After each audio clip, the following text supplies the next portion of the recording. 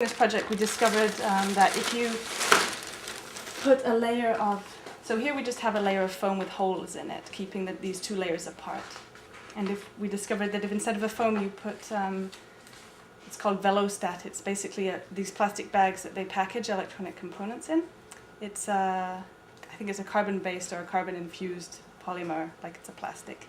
And because there's carbon in it, it's conductive, but it's badly conductive.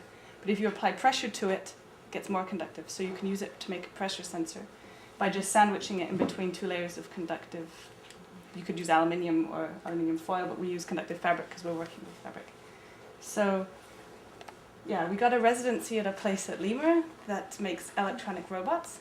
And we decided to make a motion capture suit for a performer who would then, with her movements, be able to puppeteer these robots or control them.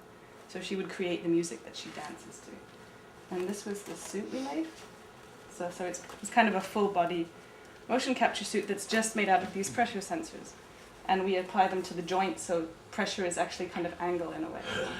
It's tight, and so when you squeeze your elbow, you're applying pressure to the sensor. So yeah, these are these sensors. And they're just in the pockets in the garment. This is on the shoulder blade on the back, actually. You can get this angle just because the fabric will be pushing against the sensor. So she had them under her armpits, on her elbows, wrists, knees, hips.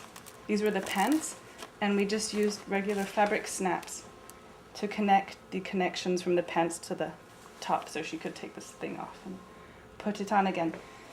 And from the sensor, from all the sensors, they accumulate their input on the back in these two plugs here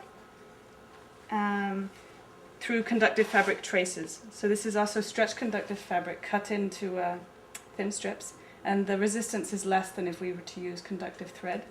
Also, because if you sew with conductive thread on stretchy fabric, you need to do a stitch that actually goes zigzag and doubles back on itself, so that when you stretch it, it doesn't, because the thread isn't stretchy. So you have to do this stitch, and it uses a lot more thread than if you were to go directly. So the resistance is much higher with the thread than with the fabric. So we ironed it on with this fusible, and then we coated it in stretchy glue, so that if they can't make contact with each other because they're on the outside of the suit. And we kind of tried to make them a bit decorative because they were all very visible. Yes. And I'll show you